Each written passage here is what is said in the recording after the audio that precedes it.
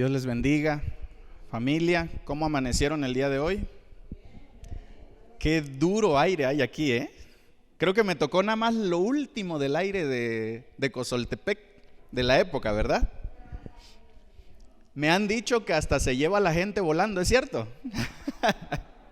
No, ¿verdad? Tampoco hay que ser exagerados. Ese aire de plano ayer estuvo durísimo, pero algo que he notado es que los hogares son muy calientitos, ¿verdad? Uno viene de allá y entra a una casa y esa casa está calientita, es impresionante. Y eso me hace recordar lo que la palabra de Dios dice, cuando Jesús dice, entrando a un hogar, saluda el hogar, y si el lugar te da la bienvenida, tu paz caerá sobre ese lugar. Casa a la que he llegado, casa que me ha recibido con mucho amor, y yo sé que la paz de Dios recae en esos lugares. Creo que las canciones que hemos cantado en esta hora dedicadas a Dios han sido canciones muy lindas. Una habla sobre las promesas, otra hablaba precisamente sobre esa soberanía que tiene Dios, pero sobre todo nuestra espera en el soberano. Y eso es algo muy hermoso, y el día de hoy quisiera compartir con ustedes un tema relacionado con eso. El tema se llama ¿Se acuerda de mí? ¿Cuántos de ustedes han recibido alguna promesa alguna vez de un ser amado, algún hijo? Porque aquí todas creo que son madres, ¿verdad? Algún hijo que les ha dicho, voy a ir, mamá, a visitarte, mamá, nunca te voy a dejar, ¿verdad? Y esas promesas, quiero preguntarles, ¿han sido cumplidas al 100%? Hay algunos hijos que no tanto, ¿verdad? Hay hijos que de niños decían, mamita, nunca te voy a dejar aunque estés viejita, yo jamás te voy a abandonar, ¿cierto? Y miren, a veces pasamos días, meses, y ahora como existe el teléfono suple a veces ese contacto. Pero las promesas que Dios hace, esas sí son verdaderas, esas se cumplen todos los días. Y quiero el día de hoy hablar acerca de este tema que se llama ¿Se acuerda de mí? Vámonos al libro de Isaías, capítulo 41. Hace ya varios años escuché por primera vez una promesa de Dios que trajo mucha paz a mi corazón, mucha paz, de verdad, y le dio sentido a la espera que yo estaba teniendo. Era una época difícil. Mi hija Leisa, que es la más grandecita que viene hoy con nosotros, estaba muy enferma y no teníamos dinero, y ya habíamos ido a un doctor, ya habíamos ido a otro doctor, y se nos había acabado el dinero para más consultas, y ningún doctor le daba solución a la salud de mi hija. Y llegó un punto en el que estábamos desesperados, de verdad desesperados. Teníamos conociendo de Dios apenas unos 2 meses, 3 meses, y fue un tiempo muy difícil, muy difícil. Pero ese día, hubo un día muy especial en que mi hermano Jaime, ya les he hablado de él anteriormente, ese hombre nos visitaba. Es un hermano de la congregación que nos quería mucho, nos quiere mucho, nos ama mucho. Y casi siempre él pues sí tenía un trabajo estable y yo no tenía trabajo. Y ese día le dije, hermano, mi hija sigue muy enferma, está muy enferma. Y yo esperaba que mi hermano me dijera, ahorita voy a sacar 1,000 pesos para que la lleves al doctor y compres medicinas. Y era la tercera vez que yo le decía, mi hija está muy enferma. Entonces mi hermano me dijo, espérame tantito, ahorita regreso. Mi hermano se fue a su casa. Yo dije, ahorita va a traer probablemente dinero, porque qué otra cosa puede uno hacer con una situación de salud, ¿verdad? Y mi hermano regresa con una Biblia, con su esposa y con sus 3 hijos. Y yo dije, caray, ¿ahora qué va a hacer? Y traía un botecito de aceite ungido. Y me dijo, hermano, te voy a enseñar un secreto que todo cristiano debe saber, que Dios sana al enfermo. Y yo dije, Dios mío, pues lo que sea que vayamos a hacer, hermano, pero yo quiero ver a mi hija bien, quiero ver a mi hija sana. Y mi hermano comenzó a ungir la pancita de mi hija porque su daño estaba en el estómago, mientras mi hermano Jaimito, su hijo, comenzó a hacer una oración muy linda, una oración para sanidad de ella, pero también para restaurar nuestro corazón. Y en medio de esta oración se escucharon estas palabras, Isaías 41:10: no temas, porque yo estoy contigo. No desmayes, porque yo soy tu Dios que te esfuerzo. Siempre te ayudaré, siempre te sustentaré con la diestra de mi justicia. Dios mío, hermanos, yo nunca había oído palabras tan hermosas como esta.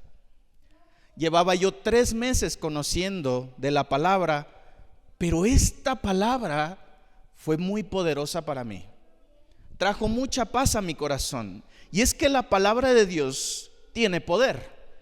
En la palabra de Dios hay un poder que no entendemos, pero tampoco podemos explicar, ¿cierto?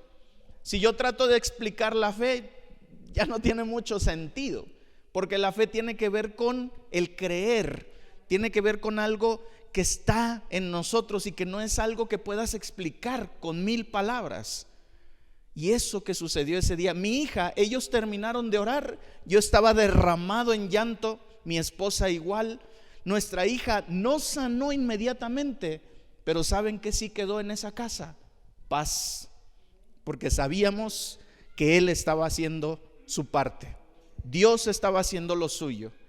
Y en medio de mi lucha yo pude sentir paz.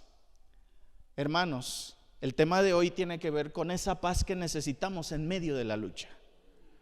En medio de la lucha nos llega el ladrón a nuestra vida, nos arrebata la paz a través de muchos medios, porque el enemigo es tramposo. El enemigo no juega limpio. Cuando hay paz en nuestro corazón, él quiere llegar y quitárnosla, ¿cierto?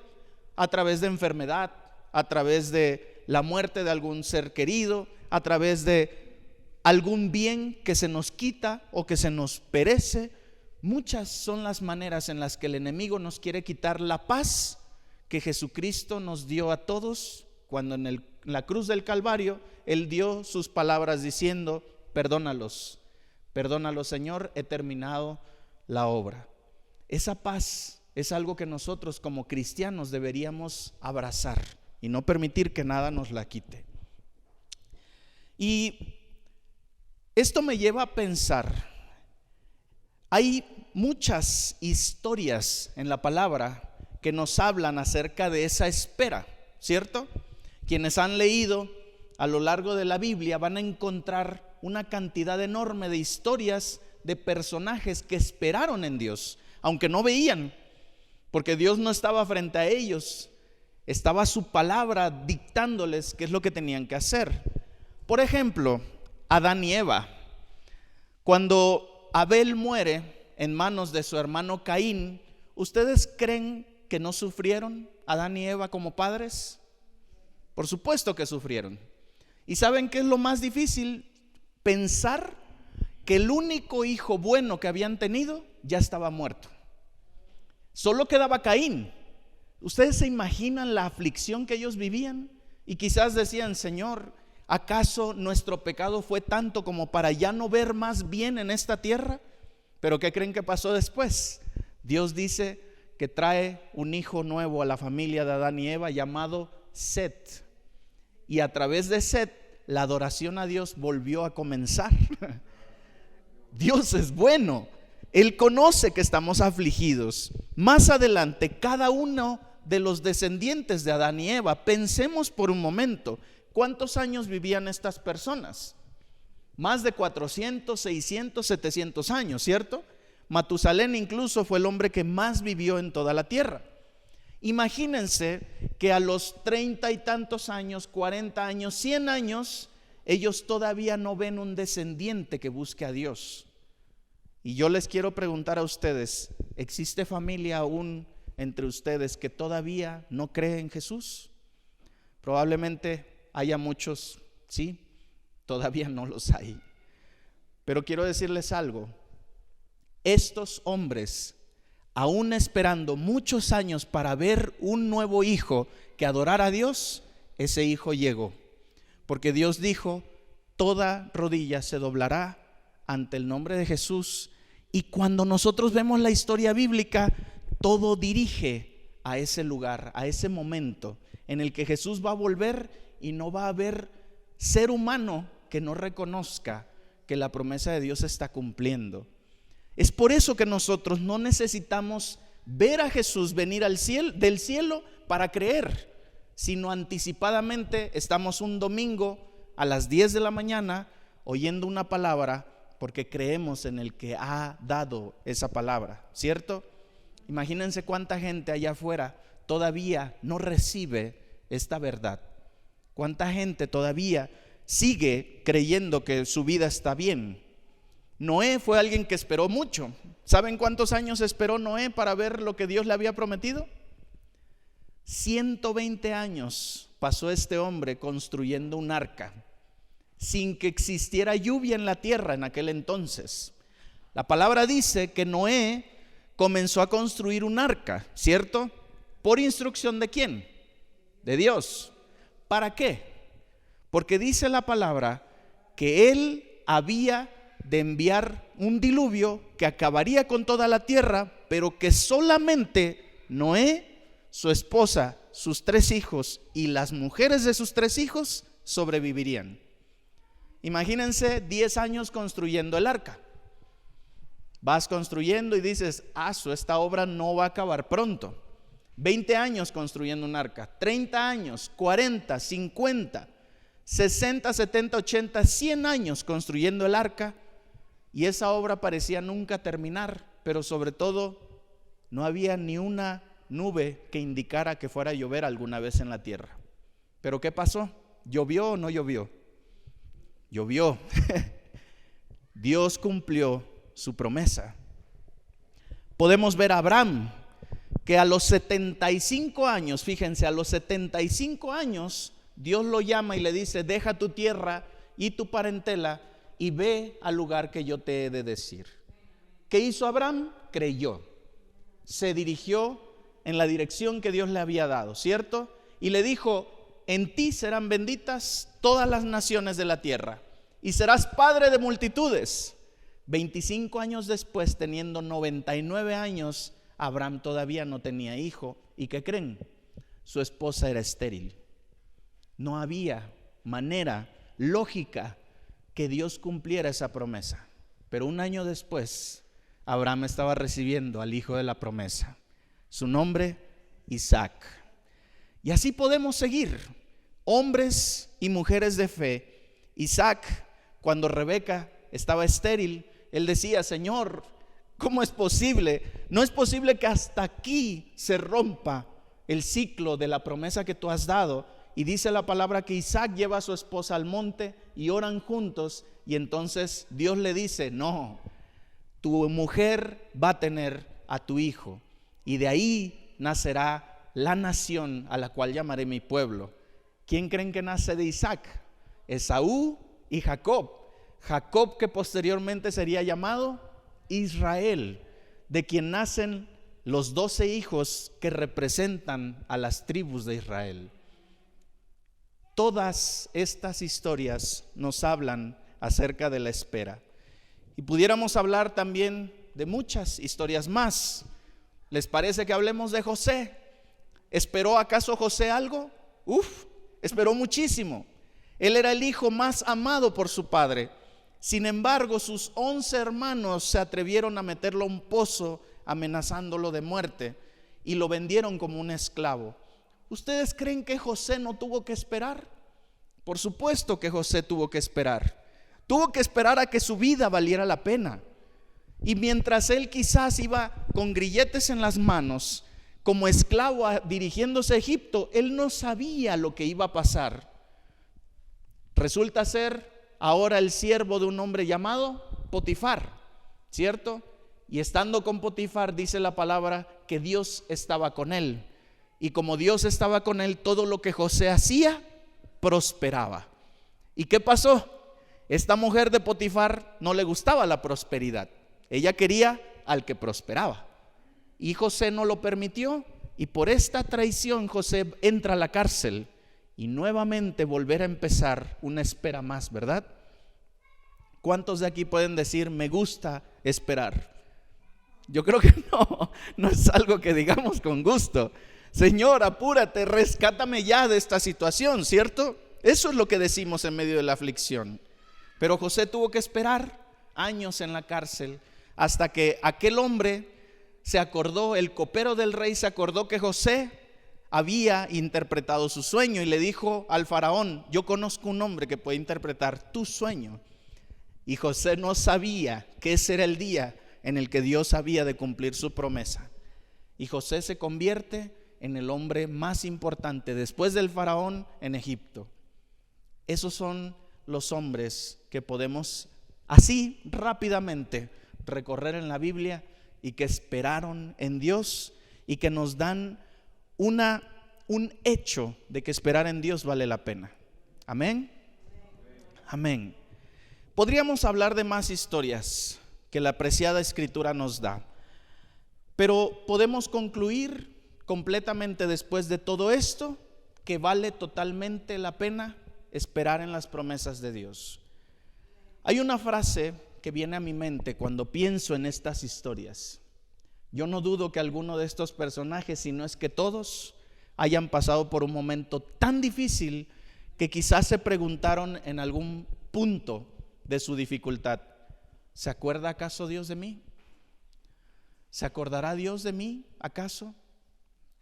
Estoy pasándola tan mal que pareciera que Dios no está al pendiente. ¿Será que Dios ya me abandonó?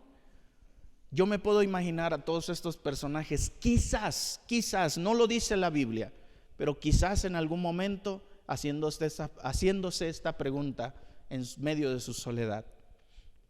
Pero el salmista escribe lo siguiente en el Salmo 8, si gustan seguirme con su Biblia en mano, Salmo 8, versículos del 3 al 5.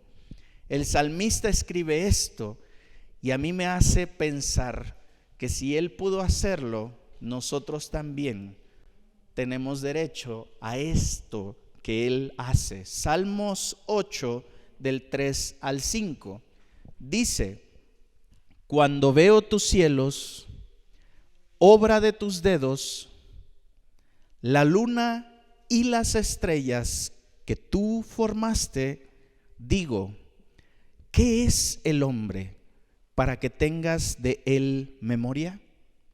Y el Hijo del Hombre para que lo visites. Le has hecho poco menor que los ángeles y lo coronaste de gloria y de honra. Amén. ¿Qué somos nosotros para demandarle a Dios que se acuerde de nuestra aflicción? Cielo, al pastor, por favor.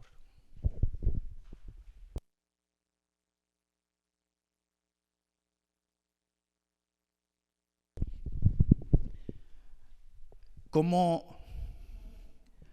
cambia este pasaje un poquito la manera en la que a veces le exigimos a Dios, ¿cierto? ¿Quiénes somos nosotros para decirle, Dios, acuérdate de mí? ¿Quiénes somos nosotros? Pero dice el salmista, somos tan poco, pero nos has dado un lugar especial en tu corazón. Nos has puesto y nos has hecho aún un poquito mayor que los ángeles y nos has llenado de gloria y de honra. Tenemos un privilegio, hermanos. Hablar con Dios es un privilegio, de verdad se los digo. Si yo viviera en la antigüedad, cuando Jesús todavía no venía, solo existía por generación una persona capaz de dirigirse al trono de gracia y pedir por los pecados de todo el pueblo. Si no era yo el sacerdote, tenía que esperar que mi sacerdote estuviera intercediendo por mí. Y a veces nosotros no entendemos eso, que Jesús vino a romper por completo con esta barrera que existía, y Él se estableció como el sumo sacerdote, y ahora todos podemos hablar con el Padre a través del Hijo, ¿cierto? Padre, oye mi oración, te lo pido en el nombre de Jesús. Y el Padre llega a esa oración y dice: voy a ayudarte en medio de tu problema, porque Dios ha establecido un medio para que todos tengamos acceso directo a Él. Y quiero preguntarles algo. Si ustedes van a la, ¿cómo se le llamará, pastor? La casa presidencial del presidente López Obrador, donde está el primer hombre supremo del país, que es el presidente López Obrador, ¿nosotros podemos llegar directo hasta donde está sentado y hablar con él? ¿No? ¿Por qué? Porque hay muchos medios para llegar a él, si es que nos hace caso, ¿no? ¿Qué hace la gente? Se abarrota cuando visita alguna comunidad, y aunque sea tocarle la mano, ¿cierto? Pero me pregunto yo, ¿tocarle la mano al presidente ya nos dio lo que necesitábamos? No, ¿verdad? Si la gente se abarrota y ay, tóqueme, aunque sea dígame hola, y nos sentimos en paz. Imagínense, hoy que tenemos acceso directo al trono del Rey, para pararnos frente a Él, hincarnos y decirle: Padre, tengo una necesidad y yo sé que tú me puedes ayudar. ¿Y ustedes creen que Él va a ser como López Obrador y nos va a prometer ayuda y quizás esa ayuda no llegue? No, el Padre nos oye atentamente y dice: tú vienes en el nombre de mi Hijo Jesús, ¿verdad? Y podemos decir: sí, yo creo en tu Hijo. Y Él va a decir: entonces te puedo escuchar, entonces voy a actuar, porque Dios ha establecido medios para no dejarnos solos en ningún momento. El día que escuché orar a mi hermano Jaime por mi hija, la palabra que él dio, que es Isaías 41:10, aterrizó en mi corazón. Fue una palabra que causó revuelo en mi corazón, trajo una paz tremenda. Nunca había yo sentido que una frase o una pequeña oración tuviera tanto efecto. Pero la palabra causó un efecto. Pero lo más importante creo que fue lo que añadió en esa palabra. ¿Saben qué fue? Que yo creí que esa palabra era para mí. No temas, porque yo estoy contigo. Y yo dije: Señor, ¿cómo sabes que tengo miedo? ¿Cómo sabes que estoy temiendo por la vida de mi hija? Y Él me decía: no temas, yo estoy contigo. Y yo dije: sí, Señor, lo creo, tú estás conmigo ahorita mismo, tú estás conmigo. Pude creer estas palabras y saben, quedé convencido de ellas, que más adelante entendí que el haberlas recibido como mías no era un entendimiento humano. El escritor de Romanos, Pablo, en su capítulo 8 nos dice lo siguiente, Romanos 8 del 16 al 18. Romanos 8 del 16 al 18 dice lo siguiente, se los voy a leer. El Espíritu mismo da testimonio a nuestro espíritu de que somos ¿qué? Hijos de Dios.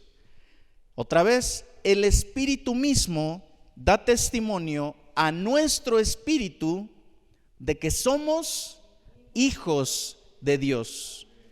Y si hijos, también herederos. Repitan conmigo: y si hijos, también herederos. Herederos de Dios y coherederos con Cristo, si es que padecemos juntamente con Él, para que juntamente con Él seamos glorificados. Amén. Versículo 18, pues tengo por cierto que las aflicciones del tiempo presente no son comparables con la gloria venidera que en nosotros ha de manifestarse. Gloria a Dios por esto. No es casualidad que cuando leemos la palabra impacta nuestra vida. La palabra causa un efecto y decimos, esta promesa me la está mandando mi Dios. Porque es el Espíritu Santo, su propio Espíritu, el que nos convence de que si eres hijo, esta palabra es para ti. Amén. ¿Quién dice amén? Esta palabra es para mí porque soy hijo del Rey. Y Él ha mandado esta palabra a mi vida y Él sabe por qué. Y quiero decirte a ti que quizás por las noches o cuando te enteras de algún problema, estás llorando y no sabes qué es lo que está pasando y cuándo saldrás de esto. Quiero que recibas esto que Dios está mandando para ti. No temas, porque yo estoy contigo, te dice el Señor. No temas, porque yo estoy contigo. Él quiere que la paz de Él esté contigo en tu momento de aflicción. Él quiere que su paz llene tu corazón. ¿Y ustedes creen que un problema en una persona llena de la paz de Dios va a tener efecto? Para nada, para nada. Si mi corazón está lleno de la paz de Dios, así venga el mismísimo Satanás y se me plante enfrente, yo tengo la paz del Señor y le puedo decir, aquí no tienes lugar, este no es tu lugar, así que mejor retírate, que el Señor te reprenda, porque tú no tienes cabida en mi vida, ¿cierto? Porque estamos llenos de la paz de Dios, y llenos de la paz de Dios no existe nada que nos la pueda arrebatar. En la humanidad de Jesús, puedo ver que hay un propósito para nosotros. Porque nosotros podríamos decir, pero es que Jesús era 100% Dios, ¿cierto? Y eso es una verdad. Pero también era 100% hombre. En esto estamos de acuerdo, ¿verdad? Si no, vamos a tener una clase de la deidad de Jesús. Pero Jesús era 100% hombre, 100% Dios. Es algo en lo que creemos. Y siendo 100% humano, Él padeció muchas aflicciones aquí en la tierra. Si no, 40 días en el desierto, Él hubiera salido como Superman, ¿verdad? Como Superman sin kriptonita. 40 días, me puedo echar 1000 días si quieren. No, pero como humano, dice la palabra que Él tenía hambre y Él tenía sed. Yo les pregunto, en medio de sus problemas, ¿sufren? Por supuesto que sufrimos. Pues también Jesús sufrió. Y sufrió porque era importante que entendiéramos que en su sufrimiento Él nos dio la dirección que teníamos que seguir. Y quiero que leamos lo siguiente. Hebreos capítulo 4 nos dice el secreto de lo que debemos hacer en medio de la aflicción. Hebreos 4 está en el Nuevo Testamento. Hebreos 4, versículos del 15 al 16. Porque no tenemos, dice la palabra, un sumo sacerdote que no pueda compadecerse de nuestras debilidades. Otra vez, porque no tenemos un sumo sacerdote que no pueda compadecerse de nuestras debilidades, sino uno que fue tentado en todo según nuestra semejanza, pero sin pecado. Amén. Él es nuestro Superman, pero sin poderes, sino decisión, convicción. Él nos enseñó lo que es amar a Dios por encima de todo. Acerquémonos pues, dice Hebreos 4:16, acerquémonos pues confiadamente al trono de la gracia para alcanzar ¿qué? Misericordia y hallar gracia para el oportuno socorro. Amén. ¿Qué debo hacer en medio de mi problema que no me deja dormir, acercarme confiadamente al trono de la gracia. Señor, lo que hacemos aquí al llegar, llegamos, nos arrodillamos y dirigimos nuestra oración ¿a quién? Al Padre. Padre, ayúdame. Señor, mi corazón está afligido. Padre, me duele esto que está pasando. Señor, mi estado de salud, el doctor dijo esto de mí, necesito tu socorro. ¿Ustedes qué creen que va a pasar? Dios va a llegar a auxiliarles, trayendo primero paz. Paz. Nosotros no necesitamos otra cosa. Nosotros necesitamos paz. La palabra de Dios hoy trae a nuestras vidas algo que tiene total sentido. Aunque parezca imposible ver la luz en medio de la tormenta, hoy Dios nos dice: no desmayes. No desmayes. ¿Por qué? Porque yo soy tu Dios que te esfuerzo. Amén. No desmayes, porque yo soy tu Dios que te esfuerzo, te dice Dios. Si tú estás hoy de pie, ese Dios que te esfuerza está haciendo un trabajo que tú lo puedes estar viviendo ahorita mismo. Nosotros estamos de pie porque Dios ha tenido gracia con nosotros, porque Él ha tenido amor por nosotros, y porque no importa lo que el enemigo haya querido hacer anoche, ayer, antier, en la semana, hoy Dios nos está levantando porque Él es nuestro Dios. Y es un Dios que nos levanta una y otra y otra y las veces que sea necesario. Dice el proverbista: porque 7 veces cae el justo, mas 7 veces se levanta. Amén. Ese es Dios. Nos ha hecho capaces de buscarle una vez más. En aquella ocasión en la que mi hija estaba muy enferma, yo no tenía idea que podía hacer esto. Yo había orado. No sé ustedes cómo oren. Han de ser mucho mejores orando que yo. Pero saben, mi oración era: ayúdame, Señor, ayúdame, por favor. Yo ya no la quiero ver enferma, ya no la quiero ver enferma. Y esa era mi oración, una y otra y otra y otra y otra vez. Y yo no veía grandes resultados. Pero ese día yo estaba hincado, tomando la mano de mi esposa y con otra mano poniéndola en el estómago de mi hija, mientras un hermano la sobaba con aceitito de oliva, y mientras otro hermano estaba orando: Señor, Señor, ayúdanos a entender tu propósito. Señor, ayúdanos a confiar en ti. Y de repente: no temas, decía, porque yo estoy contigo. Yo decía: Señor, yo creo esta palabra. No desmayes, porque yo soy tu Dios que te esfuerzo. Yo decía: sí, Señor, dame fuerzas. Yo quiero fuerzas. Siempre te ayudaré, siempre te sustentaré con la diestra de mi justicia. Yo decía: amén, amén. Y mi tristeza, mi preocupación se convirtió en una alabanza. Yo levantaba la mano y decía: amén, Señor, esa palabra la creo.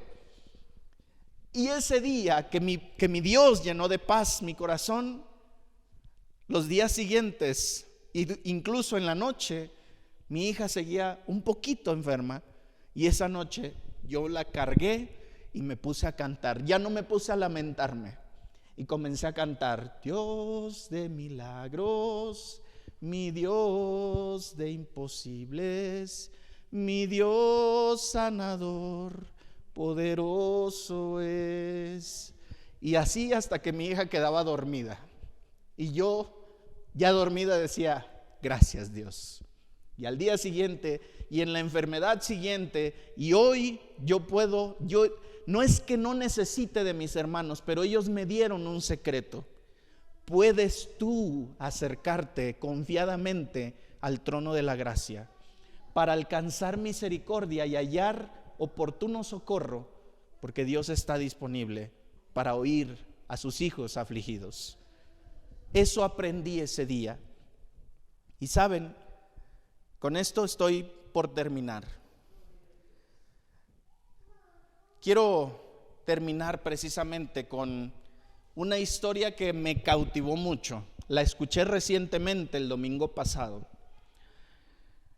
Es la historia, breve historia, de nuestro pastor Lázaro. Incluso mientras me la contaba, ustedes saben que él perdió un ojo, ¿verdad?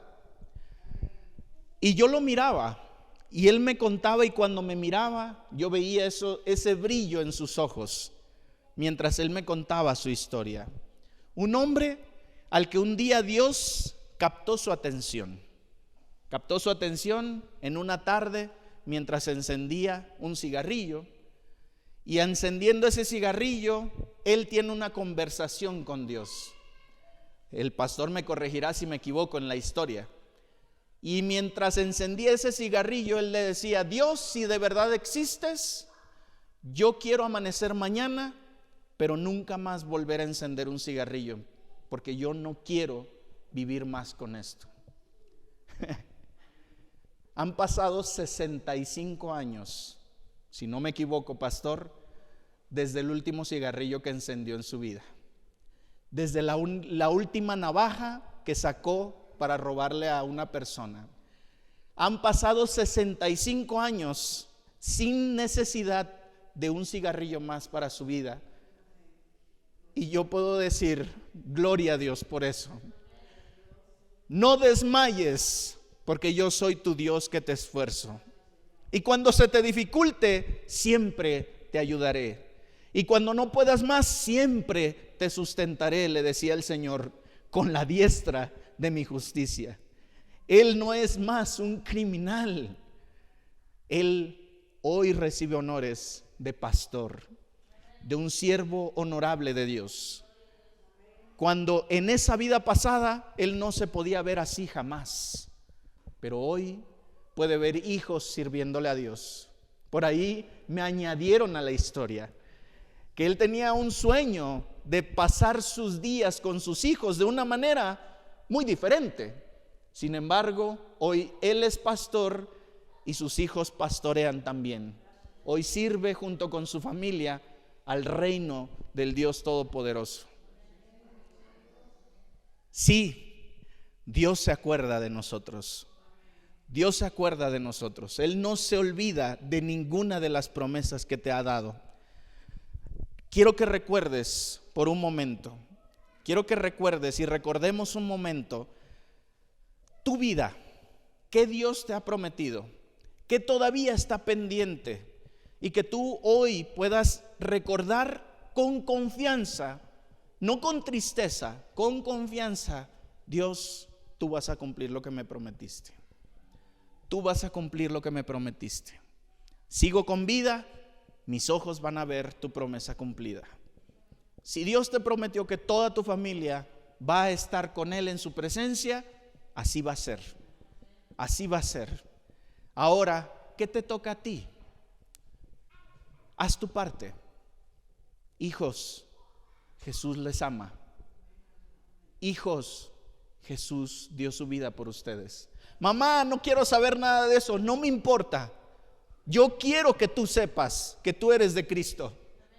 Tú eres de Cristo, porque cuando yo me entregué a Él, Él me prometió que tú, tu hermana, toda mi familia le serviría. Yo lo creo. Y aunque les diga: no, mamá, a mí no me hables de eso, y se vayan corriendo, esas palabras no se les van a quitar de su cabeza a sus hijos. Se los puedo asegurar. Y no van a ser palabras de ustedes. Dios va a hablar a través de su boca de ustedes. Marido, aunque seas refunfuñón, tú eres de Cristo. Porque si yo soy de Cristo, tú también lo vas a hacer. Créanle a Dios, porque Él no se olvida de sus promesas, ni mucho menos de sus hijos. Pensemos en la larga y triste historia de Job. ¿Acaso no terminó bien la historia de Job?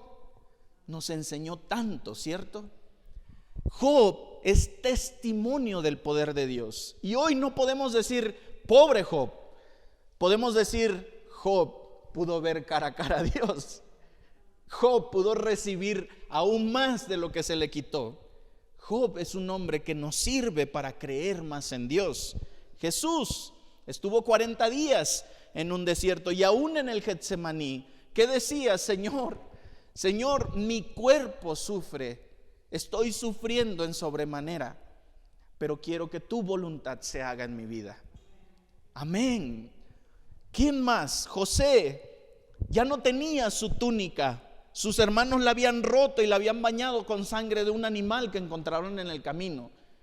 Él estaba muerto para su padre. Ahora estaba en la cárcel, ahora estaba esperando, y de repente el gobernador de Egipto, ¿acaso Dios no se acordó de él? Por supuesto. ¿Y saben qué es lo más interesante? Dios no lo dejó ni un segundo de su vida. Aún en su sufrimiento, Dios estaba con él. Daniel en el foso de los leones, Sadrac, Mesac y Abednego quizás cayendo al horno de fuego. Ellos quizás decían: Señor, te hemos podido servir y ha sido un honor servirte, pero cayeron al horno y dice la palabra que no se quemaron, porque ese es el Dios que nos defiende. Si Él tiene algo que hacer todavía con nosotros, aquí seguiremos, y Él con nosotros. Hermanos, la palabra de Dios nos da testimonio de que Dios se mantiene cerca de sus hijos. Él está en la iglesia de Cosoltepec, y aunque hoy somos minoría, esta minoría es la semilla que Él ha plantado. Y una semilla no produce un fruto, ¿cierto? Si yo pongo semilla de manzana, ¿me va a dar un árbol y ese árbol solamente va a dar una manzana en toda su vida? No, ese árbol no solamente va a abundar en manzanas, también va a abundar en sombra, también va a abundar en dar hogar, leño, calor a hogares, y hace tantas cosas que Dios en ustedes ha plantado semilla poderosa para Cosoltepec. Yo lo creo, ¿saben? Yo soy bendecido de la semilla plantada en Cosoltepec, porque yo no habría venido a este lugar si no fuera por las oraciones de ustedes, si no fuera por la enseñanza del pastor Lázaro, que preparó a una iglesia que estaría firme hasta el final. Doy gracias a Dios por eso. Todas estas historias, todos estos testimonios tienen un común denominador: Dios estaba todo el tiempo con ellos y les hizo saber: siempre te ayudaré, siempre te sustentaré con la diestra de mi justicia. Incluso Isaías 41 en su versículo 13 dice: porque yo, Jehová, soy tu Dios, quien te sostiene de tu mano derecha y te dice: no temas, yo te cuido. Qué bonitas palabras nos regala el Señor. No temas, yo te cuido. Con esto quiero ir terminando y quiero acordarme de que el pueblo de Dios, antes de que Jesús viniera, escuchó una última promesa. Y esta palabra profética fue dada, y después de eso no hubo un solo profeta más que hablara en el nombre de Dios. Las últimas palabras que escuchó el pueblo de Dios las encontramos en Malaquías 4 del 2 al 6 y dicen así: mas vosotros, los que teméis mi nombre, nacerá el sol de justicia y en sus alas traerá salvación, y saldréis y saltaréis como becerros de manada. Hollaréis a los malos, los cuales serán ceniza bajo las plantas de vuestros pies.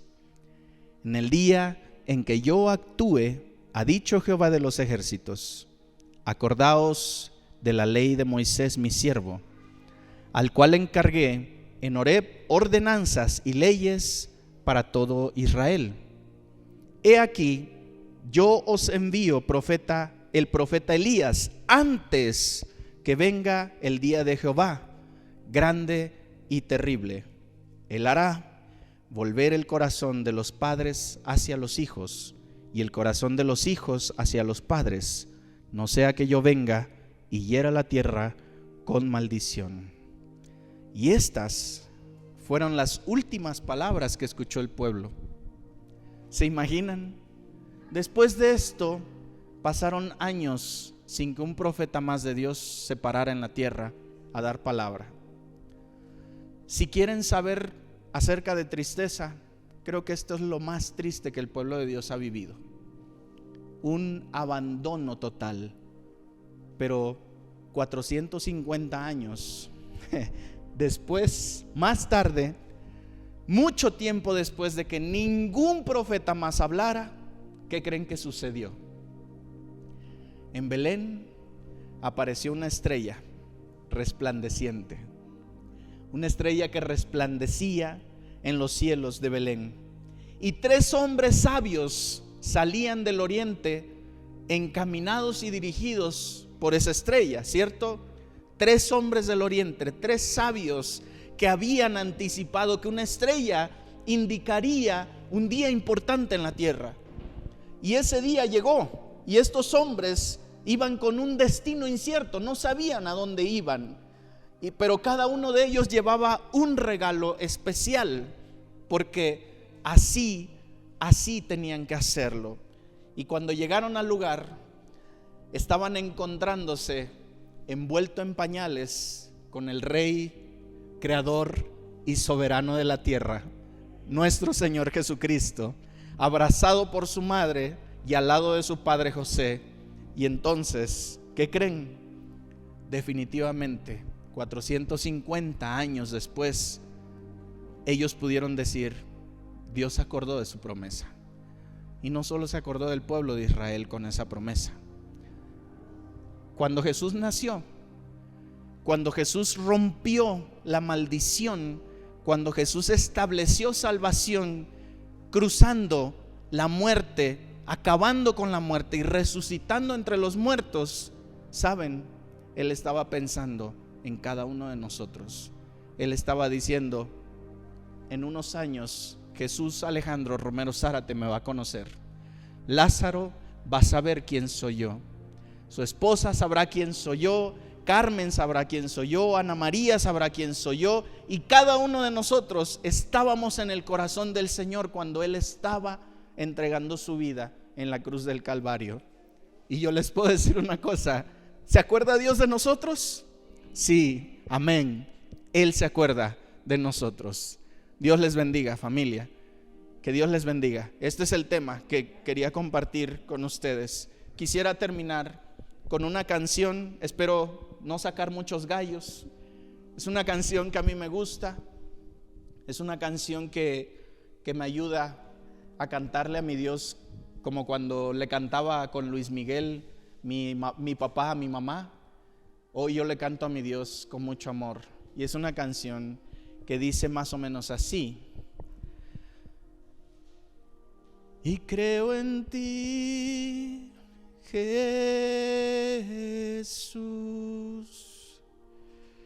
en lo que harás en mí. Yo creo en ti, Jesús,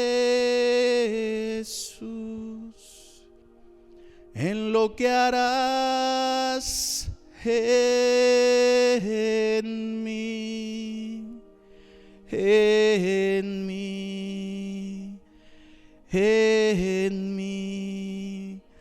Recibe toda la gloria, recibe toda la honra, precioso Hijo de Dios, recibe toda la gloria, recibe toda la honra, precioso Hijo de Dios. Quiero levantar a ti mis manos.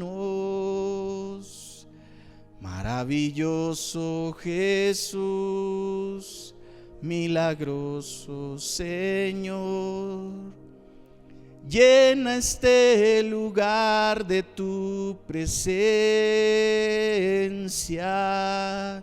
Haz descender tu poder a los que estamos aquí. Creo en ti, Jesús, en lo que harás en mí. Yo creo en ti, Jesús, en lo que harás en mí, en mí, en mí. Recibe toda la gloria, recibe toda la honra, precioso Hijo de Dios. Recibe toda la gloria, recibe toda la honra, precioso Hijo de Dios. Gracias, Padre. Gracias, Señor, porque cuando tú hiciste resplandecer esa estrella en los cielos, le hiciste saber al mundo que tu promesa la cumplirías.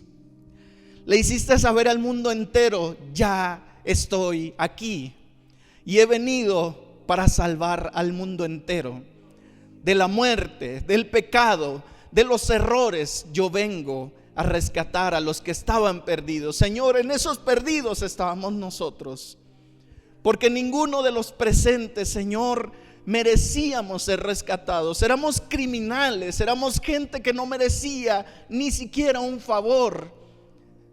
Pero tú nos miraste, Padre. Tú nos viste propósito. El día que tú miraste nuestra vida, dijiste: vengo a cambiarte, porque mi gente necesita de un hombre como tú, de una mujer como tú.